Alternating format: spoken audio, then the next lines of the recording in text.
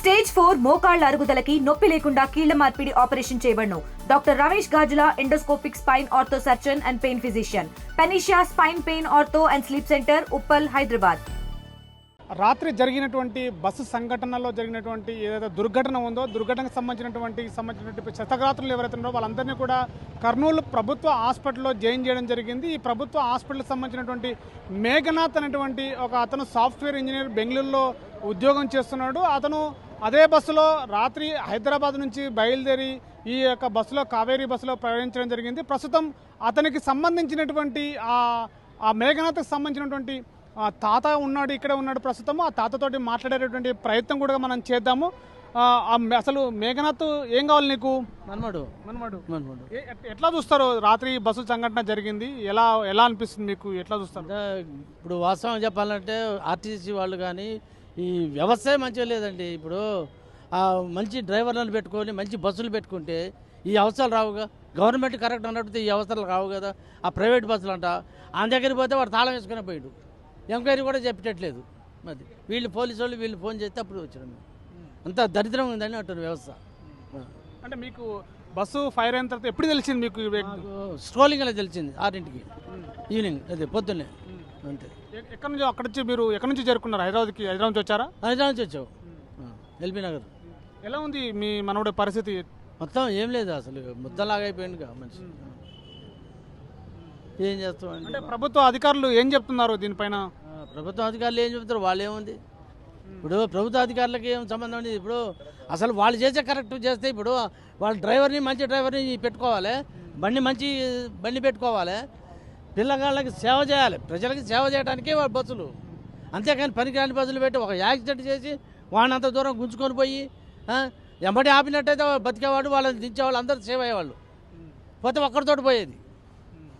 ఇవాళ 20 మంది పోయేటప్పుడు అందులో మా బాబు ఒకడు, చేతికి ఎదిన పిల్లగాడు. అంటే బెంగళూరులో ఏం జాబ్ చేస్తున్నాడు? ఎక్కడ చేస్తున్నాడు? సాఫ్ట్వేర్ చేస్తున్నాండి. మరి అది ఎన్ని రోజుల నుంచి సాఫ్ట్వేర్ జాబ్ చేస్తున్నాడు? 5 నెలలు. దీపావళికి వచ్చిండు. దీపావళికి 5 days అయింది. నేను రాత్రి 9:20కి ఎల్బీ నగర్లో ఎక్కిండు. అవుటర్ రింగ్ రోడ్డు దొరక ఇంకొక బస్ అంట, అక్కడి నుంచి ఇంకో బస్ అంట. అది అంటే మీకు ప్రభుత్వం నుంచి ఎవరైనా అధికారులు కానీ అక్కడ జరిగిన సంఘటనలో మీకు ఏమైనా ఫోన్లు వచ్చినాయా? చెప్పారా ఇట్లా జరిగిందని? అంటే హాస్పిటల్ నుంచి వచ్చినాయి. హాస్పిటల్ నుంచి వచ్చారు. అది అంతే. పోలీస్ స్టేషన్ నుంచి, హాస్పిటల్ నుంచి వచ్చి డెడ్ బాడీ అప్పచెప్పారా? ఇప్పుడు చెప్తారు. ఇప్పుడే ప్రాసెస్ నడుస్తుంది. అది. సో ఓవరాల్గా బస్సు సంఘటన పైన అంతమంది చనిపోయారు, దాంట్లో మీ మనోడు ఉన్నాడు. మీకు ఎలా అనిపిస్తుంది ఈ సంఘటన పైన? చాలా బాధ అనిపిస్తుందండి. ఇప్పుడు మన ప్రభుత్వం కానీ మన సామాజికంగా అసలు చాలా జాగ్రత్తగా బస్సులు పెంచుకొని మంచిగా నడిపించుకుంటే చాలా బాగుంటుందని నా అభిప్రాయం. ఇవాళ జరిగింది ఇంకోలా జరగకూడదు ఒకటి. రెండోది గవర్నమెంట్ కూడా ఈ రాజకీయ నాయకులు కూడా ఒత్తిళ్ళకి ఆ పర్మిట్ చూసి బండ్లకి ఇవ్వటం అనేది చాలా మంచిదని నా ఉద్దేశం.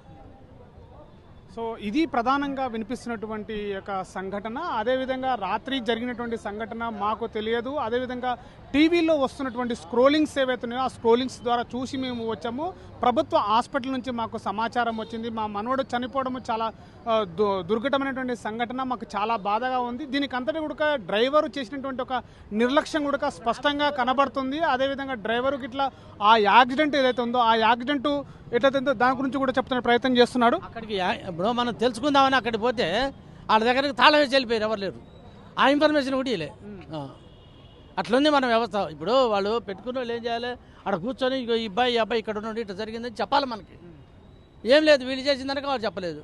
బస్సోడు అక్కడికి వెళ్ళారా? బస్సు దగ్గరికి వెళ్ళారా? పోయినా, ఆ బస్ దగ్గరికి పోయినాం. అక్కడ ఏది మన బస్సు అది ఉందిగా వాళ్ళ ట్రాన్స్పోర్ట్, అక్కడికి పోయినాం. అక్కడ పోయి తాళాలు వేసినాయి. అది. సో ఇది తన యొక్క బాధని చెప్పేటువంటి ప్రయత్నం చేస్తున్నాడు. అది ఒకవైపు డ్రైవర్ నిర్లక్ష్యము కనబడుతుంది. అదేవిధంగా ఆ ట్రావెల్స్, కావేరీకి సంబంధించిన ట్రావెల్స్ అక్కడ యజమాని కూడా హైదరాబాద్లో ఉన్నటువంటి ఆఫీసు కూడా వెళితే కూడా అక్కడ కూడా తన తాళం వేసుకొని పారిపోయినట్టు కూడా తెలుస్తున్నటువంటి సమాచారము. దీనికి అంతటి కూడా ప్రధానంగా డ్రైవర్ యొక్క నిర్లక్ష్యము, అదేవిధంగా డ్రైవర్లను ఒక సమర్థవంతమైనటువంటి డ్రైవర్లను కూడా పెడితే కూడా ఇలాంటి సంఘటనలు జరగకుండా ప్రాణాలు కాపాడేటువంటి ప్రయత్నం కూడా జరగవచ్చు. ప్రభుత్వ అధికారులు చాలా సీరియస్గా యాక్షన్ తీసుకోవాలి. అదేవిధంగా ఇంతమంది ప్రాణాలు పోవడం కూడా చాలా బాధాకరంగా అనిపిస్తుంది. నా మనవడు హైదరాబాద్లో సాఫ్ట్వేర్ జాబ్ చేస్తున్నాడు. రీసెంట్గానే 5 నెలల క్రితమే జాబ్ ఎక్కాడు. మమ్మల్ని దీపావళి పండుగకి వచ్చి కలిసి పండగ చేసుకొని జాబ్కి వెళ్ళడానికి ప్రయత్నం చేస్తున్న సందర్భంలో హైదరాబాద్లో బస్సు ఎక్కాడు రాత్రి. ఈ సంఘటన పట్ల మాకు ఇలాంటి విషాద ఛాయలు మాకు ఇళ్ళపడ్డాయని చెప్పేసి కూడా దీనిపైన పూర్తిగా కూడా ఏది ఏమైనప్పటికీ కూడా పూర్తిగా నిర్లక్ష్యం అయితే కనబడుతున్నటువంటిది స్పష్టంగా కనబడుతుంది. దీనిపైన అధికారులు కూడా అదేవిధంగా ప్రభుత్వం కూడా చాలా సీరియస్ కూడా యాక్షన్ తీసుకోవాలని చెప్పేసి చెప్తున్నటువంటి పరిస్థితి. కెమెరా పర్సన్ నర్సింగ్తో శివాజీ, RTV, కర్నూలు జిల్లా. తెలుగులో ఫాస్టెస్ట్ న్యూస్ యాప్ ఇప్పుడు కొత్త అవతారంలో 5 సెకండ్లోనే పూర్తి వార్తా సమాచారం మీ చేతిలో. సోషల్ మీడియా ట్రెండ్స్ మీ కళ్ళ ముందుకే live TV and voice search ఆప్షన్స్తో ఇప్పుడే డౌన్లోడ్ చేయండి. యాప్ లింక్ డిస్క్రిప్షన్లో ఉంది.